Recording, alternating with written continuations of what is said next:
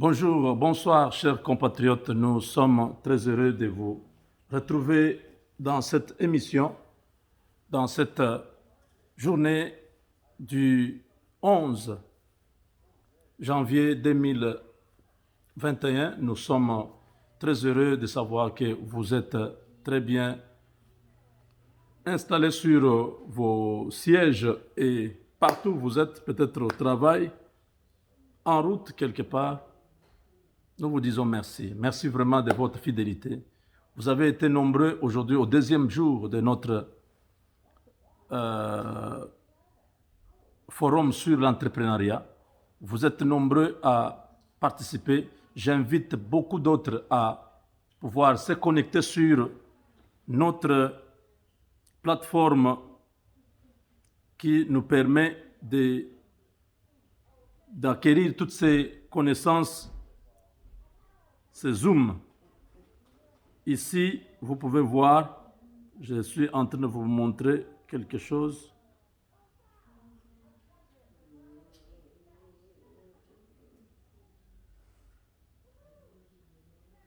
Je prends un exemple. Parce qu'il y a des gens qui ont toujours des problèmes pour retrouver. Vous voyez, là, c'est moi qui parle. Donc voilà. Vous voyez dans la partie ici, après le titre, il y a... J'ai appuyé là, attendez. Vous voyez? Vous avez le titre qui est là. Vous voyez les deux petites choses qui sont au coin ici. J'appuie le petit ici qui est en bas. J'ai appuyé là, vous voyez? Ça ouvert, il y a le titre et puis en bas là, vous avez ça qui est les liens. Si vous cliquez sur ce lien-là, vous allez à 13h, heure du Texas, 20h, heure de Kinshasa. Si vous le faites, vous cliquez là-bas, vous serez directement dans notre forum. Vous serez là-bas avec le millionnaire camerounais. Il est doué, il a beaucoup de connaissances, il a la matière. Je vous invite, s'il vous plaît, à aller apprendre comment on fait le business dans les nouveaux modèles, les modèles américains, les modèles anglo-saxons, les modèles développés par John Maxwell et les autres. Vous pouvez être transformé par ces enseignements. Donc, soyez nombreux. Au mois de novembre de cette année, ici au Texas, il y aura plus de 10 000 invités. Ils viendront du monde entier, principalement de l'Afrique.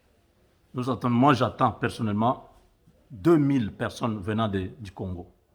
Je vous ai déjà dit, préparez déjà $2000, mettez à côté pour la participation, parce que les frais de participation, bientôt, on va déterminer ça par les organisateurs. Mais déjà, pour avoir ça peut être plus, ça peut être moins, mais mettez déjà $2000 à part. Ayez déjà votre passeport.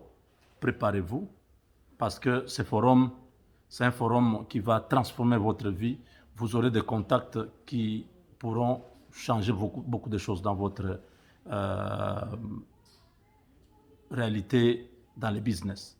Donc, soyez préparés. Vous êtes en Ouganda, vous êtes au Kenya, vous êtes partout, mais vous suivez le Congo est à nous.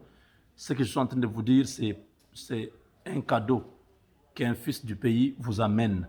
Je suis allé chercher ses frères africains là où il était. Il faisait ses conférences à Washington, à des endroits où il y avait beaucoup de participation. Je dis, est-ce que vous pouvez amener cette connaissance à nos compatriotes? Il a dit, pourquoi pas? Je l'ai fait au Cameroun, je l'ai fait au Nigeria, je l'ai fait dans quelques pays de l'Afrique de l'Ouest. Maintenant, allons-y chez vous. Il a accepté et là, nous sommes dans les contacts. Nous avons beaucoup. Voilà. Nous allons de temps en temps revenir sur ça. Les taxes arrivent déjà. J'attends votre dossier. Je suis en train de préparer les taxes pour tous ceux qui habitent les États-Unis. S'il vous plaît, venez que cette année, vous puissiez essayer avec nous. Vous avez été à gauche, à droite, déçus. Vous avez connu beaucoup de problèmes dans les taxes ici aux États-Unis. Venez, cette fois-ci, nous pouvons corriger. tout ce qui a été dans le passé, nous allons mettre le tout. Il y a le suivi de votre dossier au niveau des ARS. Nous avons des avocats de Legal Shield. Votre dossier à ARS, nous allons nous en charger. Nos avocats vont vous aider. Donc, ne soyez pas en retard. Envoyez-nous votre dossier. Vous êtes une famille. Vous faites vos taxes séparément. Envoyez-nous vos dossiers. Nous allons les traiter convenablement et vous serez notre témoin auprès des autres qui ne sont pas encore informés. Vous êtes informés. Il y a déjà beaucoup qui nous ont appelés. J'ai dit, soyez patients. Je vais commencer à prendre les dossiers à partir de la semaine prochaine et les activités vont commencer. Pour Legal Shield, tous ceux qui cherchent un avocat, vous êtes au Canada, vous êtes aux États-Unis, je vous en prie, appelez-moi. Nous continuons à enregistrer. Il y a beaucoup de gens qui ont déjà, mais il y en a aussi beaucoup qui ne sont pas encore informés. Vous qui avez déjà passé l'information auprès de ceux qui ne le savent pas, donnez-leur mon numéro. Le numéro d'affaires, c'est le 214 641 66 42. Ça, c'est le numéro d'affaires. Ne m'appelez pas pour la politique. Vous m'appelez pour la politique là-bas, je vous bloque. Vous m'envoyez un message politique là-bas, je vous bloque. Mon numéro de la politique est connu, c'est le 792 891 0976. Vous m'appelez sur ce numéro-là, sans problème. Vous m'envoyez un message là-bas, sans problème. Merci. Chers amis, nous sommes aujourd'hui encore dans ce feuilleton qui ne cesse de faire monter les vagues. Ça soulève les vagues. À Kinshasa, il y a eu ce qu'on appelle grâce présidentielle. C'est-à-dire, à la fin de chaque année, le président de la République est reconnu dans ses attributions, les fonctions de pouvoir prendre un acte juridique pour libérer certains prisonniers qui ont déjà rempli certaines conditions. Il peut peut-être aussi prendre n'importe quel prisonnier tel que lui-même le veut. Il est gracié. Alors, il y a M. Benjamin Wenga et M. Modeste Makabuza, ces deux chefs d'entreprise congolais, ont été condamnés dans les dossiers de 100 jours. L'un pour 3 ans de travaux forcés, l'autre pour 5 ans de travaux forcés, avec paiement des amendes et tout ça. Ils ont été trouvés coupables de détournement des deniers publics, l'argent qui était destiné à la construction des routes, à la réhabilitation des routes, cet argent a été détourné. Ces gens n'ont pas remboursé l'argent, mais ils ont corrompu certaines autorités congolaises, notamment les ministres, les vice-ministres de la justice. Et celui-là a glissé leur nom dans la liste de ceux qui devaient bénéficier de la grâce présidentielle. Quand Edi Kapende est sorti, tout le monde a acclamé, tout le monde a pleuré, tout le monde a remercié Dieu, tout le monde a remercié le président de la République. Pourquoi? Parce que c'était régulier, c'était normal, cet homme était injustement en prison 20 ans durant. S'il avait été complice de l'assassinat de Mouzé, il fallait qu'on puisse continuer le procès. Le procès a été bâclé, il a été jeté en prison avec ses camarades. Les libérer, c'était naturellement logique.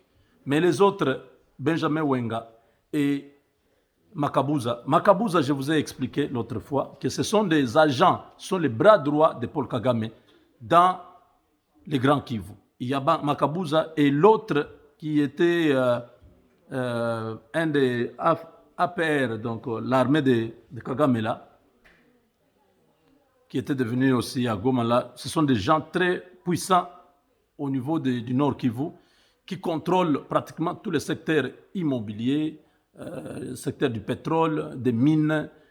Ils sont dans beaucoup de choses. La mafia passe par ces gens-là. Makabuza et l'autre Emmanuel Kamanzi. Les deux là, ils sont très introduits dans les opérations qui se passent à l'Est. Ils sont cités dans beaucoup d'affaires. Le blanchiment de capitaux passe par tous ces gens-là. C'est une zone qui n'est pas stable. Les Américains ont des gens de Paul Kagame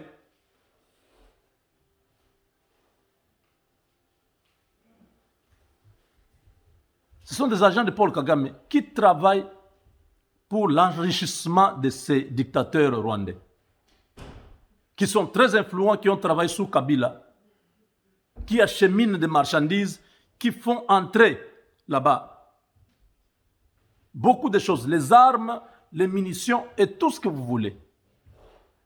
L'Est du Congo, c'est un coin qui demande qu'il y ait un nettoyage, qui demande qu'on puisse arrêter des gens, qui demande qu'on puisse vraiment mettre ce qu'on appelle l'impunité et la tolérance zéro. Parce que si on libère ces deux, ils sont déjà libérés. Mais nous réclamons leur arrestation immédiate avec retour en prison.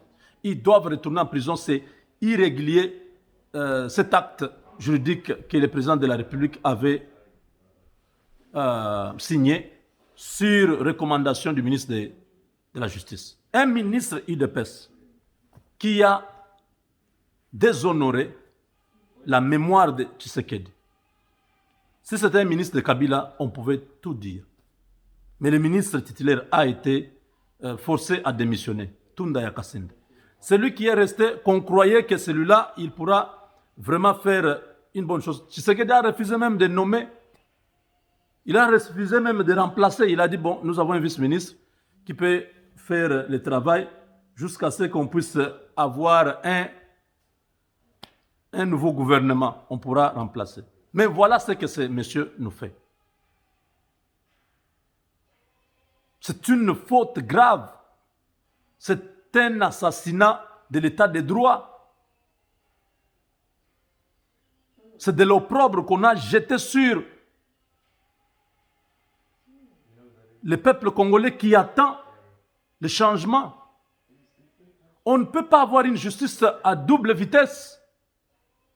Certains sont touchables, certains sont intouchables. Certains sont prisonnables, certains sont emprisonnables. Non prisonnables. Certains sont forts, certains sont faibles. On ne peut pas, dans un pays où nous voulons que tous les choses changent, on hésite sur certains cas. Quand il s'agit de tels, on commence à réfléchir comment on doit faire les choses. Non! Nous disons non, il faut que la mobilisation soit totale. Que tous les groupes, que toutes les associations et toutes les organisations de la société civile puissent se mobiliser pour marcher, demander que ces gens-là rentrent en prison. Nous ne pouvons pas accepter. Nous nous sacrifions tous les jours pour que les changements entrent dans ce pays-là. Nous dénonçons tous les jours tous ces criminels-là. Les gens meurent à l'Est là-bas à cause des gens comme les Makabouza là. Benjamin Yengala, il est responsable au nord Kivu. Je ne sais pas au nord ou au sud Kivu. De l'OVD, Office de voirie urbaine. L'argent qui est déboursé pour qu'on puisse construire et réhabiliter les routes, lui prend ça, il met de côté. Des gens comme ça, ils sont condamnés en public lors du procès de 100 jours. Ils n'ont pas pu se défendre. Ils ont été trouvés coupables. Tout le monde a vu. C'était des choses télévisées. On les met en prison, même pas une année. En fonction de quoi ces gens-là peuvent bénéficier d'un acte de libération. Pour quelle raison? Quel est l'argument? Ils ont quel droit sur la justice congolaise? Ce sont des choses comme ça qui remettent en cause tout ce que nous pouvons avoir comme, tout ce que nous pouvons faire comme effort dans la lutte pour que les choses changent. Et ça, c'est une tache noire sur l'habit du président de la République. Parce qu'on lui fait signer des choses qui sont aujourd'hui refusé par tout le monde. Ces gens doivent rentrer en prison. Le président doit retirer sa signature sur la libération de ces deux gens. Il ne peut pas accepter ça. Ça fait combien de jeunes souffrent dans ce pays-là? Des gens qui s'amusent à prendre 50 millions de dollars, 20 millions de dollars, 10 millions de dollars. Ils trouvent que c'est normal, ils peuvent prendre ça. S'ils veulent sortir, ils remettent l'argent. C'est la condition. S'ils ont remis l'argent, alors il faut qu'on publie ça. Que nous sachions que l'argent est rentré dans le trésor public. En ce cas-là, ils sont libres. Mais tant qu'ils n'auront pas réparé la cause de leur incarcération, ils doivent retourner en prison. C'est un mauvais exemple. Demain, on va arrêter quelqu'un d'autre et celui-là, on va le garder en prison parce qu'il a détourné aussi. Non, dites seulement que tous ceux qui ont la possibilité de détourner l'argent de l'État, détournez demain. Comme ça, on vous arrête, vous allez en prison, quelques 6 mois plus tard, vous serez libre. Dites-nous que c'est comme ça. Ce n'est même pas que c'est un procès où les gens ne connaissaient pas bien. On peut profiter pour faire des manœuvres à la justice. Là-bas, il y a toujours ce genre de choses. Mais c'est un procès qui a attiré l'attention de tout le monde. Nous sommes restés des heures et des heures à suivre ce genre de choses. Aujourd'hui, tout le monde sait que l'homme de Foner est en prison. Mais c'est Bamaros, hein? Fulgence Bamaros. J'ai parlé de Fulgence Bamaros. J'ai même fait des fois mes humours ici. J'ai dit, ce sont des gens, des noms comme ça qu'on ne connaissait même pas. Est-ce que ce sont des Congolais ou ce ne sont pas des Congolais? C'est le petit frère d'Emmanuel Adroupiako. Emmanuel Adroupiako. Ce sont des noms que nous avons découverts pendant qu'il y avait cette histoire. Je vous ai dit qu'Emmanuel Adroupiako, c'est l'assistant financier de l'ancien président Kabila. L'homme qui a mis tout au point. L'homme qui a fait des montages financiers sur le dossier du contrat chinois.